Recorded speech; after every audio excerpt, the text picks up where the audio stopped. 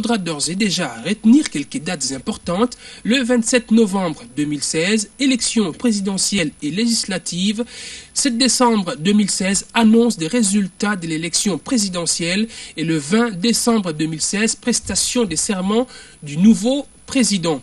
Pour plus de précisions, je propose de suivre le rapporteur de la CENI, Jean-Pierre Kalamba, dans un extrait choisi par Martin Modimbi. Le 27 novembre 2016, jour des scrutins combinés présidentiels et législatifs, ouverture des bureaux de vote et de dépouillement, déroulement du vote et de dépouillement.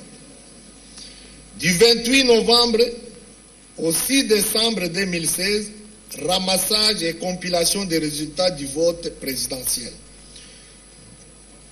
Ramassage et compilation des résultats du vote législatif. Le 7 décembre 2016, annonce des résultats provisoires de l'élection présidentielle par la Commission électorale nationale indépendante. Du 8 décembre au 16 décembre 2016, recours et traitement des contentieux des résultats des élections présidentielles. Le 17 décembre 2016, publication des résultats définitifs de l'élection présidentielle.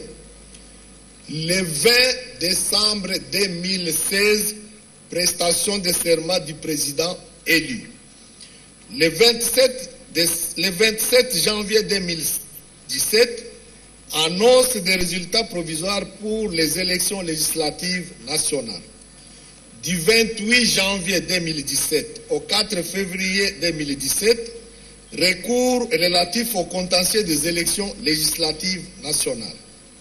Du 5 février au 5 avril 2017, traitement des contentieux des élections législatives. Du 11 février au 13 mars 2017, installation de l'Assemblée nationale. Alors, la mise en œuvre du calendrier électoral publié par la CENI a des contraintes qui nécessitent leur prise en compte pour parvenir à la réussite de ce calendrier. Le rapporteur de la centrale électorale l'a rappelé. Suivez. 1 Romain. Élections provinciales, municipales et locales directes. 1. Il y a nécessité de la promulgation de la loi portant organisation des élections. Actualisation du plan de décaissement des fonds pour l'organisation des élections, des opérations électorales à partir du 20 février 2015. Constitution de la centrale d'achat des matériels et équipements électoraux à partir du 1er mars 2015. La responsabilité incombe au gouvernement de la République démocratique du Congo.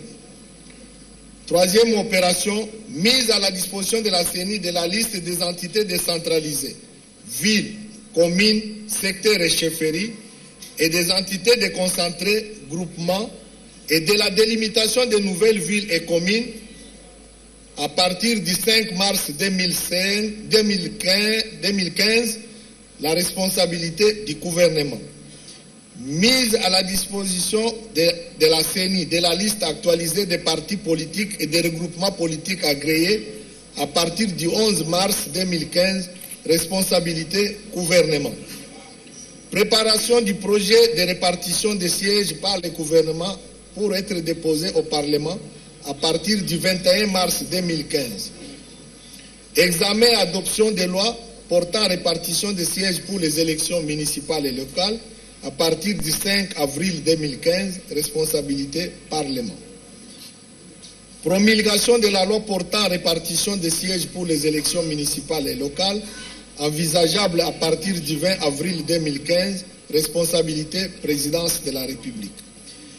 Exécution du plan de décaissement des fonds, mise à la disposition de la CENI des fonds suivant le planning arrêté à partir de mars-décembre 2015. Responsabilité gouvernement. Comme il fallait s'y attendre, la publication du calendrier global des élections n'a pas laissé indifférentes les parties prenantes au processus électoral. Suivez leur réaction avec Richard Chako qui les a recueillis. Nous restons vigilants et prudents parce que vous avez suivi la lecture du PV, même la lecture même de la décision ne fait aucune allusion à la loi électorale.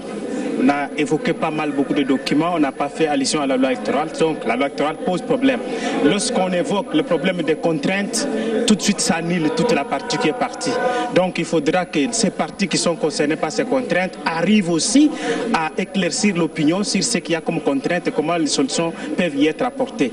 Donc c'est pourquoi nous disons nous restons extrêmement vigilants et prudents parce que le calendrier tel qu'il est présenté est assorti de contraintes. Si ces contraintes n'ont pas de solution, donc tout est nul. La CENI a ses responsabilités. Elle vient de mettre un calendrier qu'il faut tout simplement suivre. Je crois qu'elle a montré toutes les étapes. Mais du moins, elle a planifié, je crois, jusqu'au 20 décembre 2016. Ce qui reste, ce sont les responsabilités des uns et des autres. Je crois qu'il y a non seulement la communauté internationale, la communauté nationale en ce qui concerne le Parlement, le gouvernement national, provincial, la CENI en elle-même. Nous osons tout simplement espérer que les efforts conjugués de toutes ces institutions vont permettre qu'il puisse réaliser son calendrier. Mais comme qui dirait, les Congo restent Congo. Quoi qu'il en soit, le dialogue doit préoccuper l'ensemble des institutions et du peuple congolais. C'est tout ce qu'on attendait et c'est arrivé. Et je pense maintenant il faut se mettre au travail. Pour la société civile, vous savez que par rapport, vous savez, à l'éducation électorale, c'est la société civile qui travaille plus.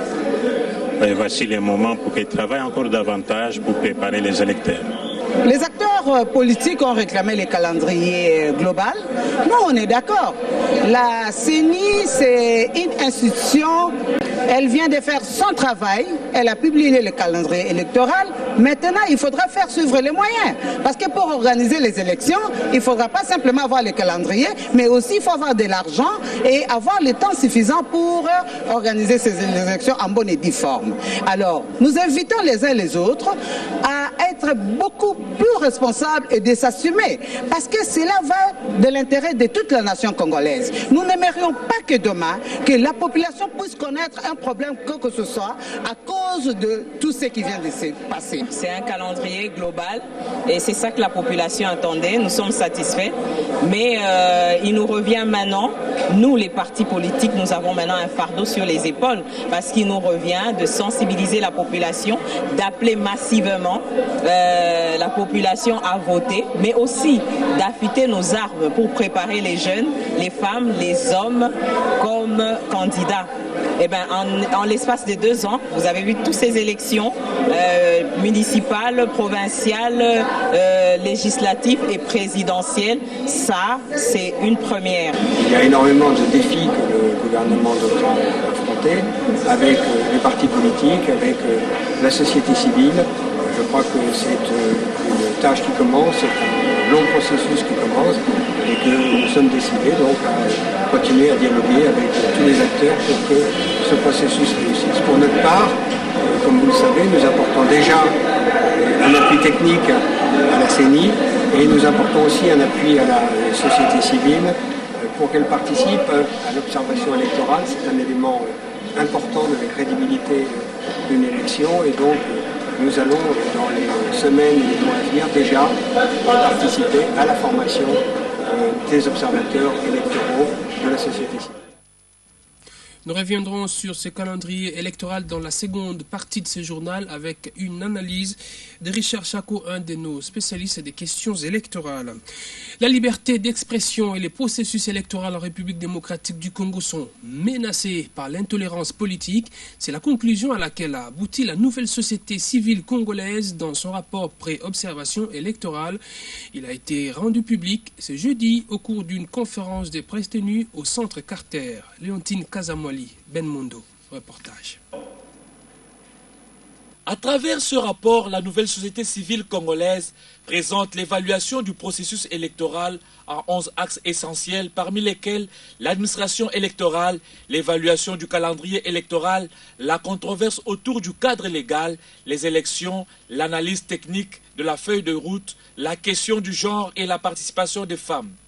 Pour y parvenir, la nouvelle société civile congolaise a déployé près de 130 observateurs long terme pour la surveillance citoyenne du processus électoral 2013-2016.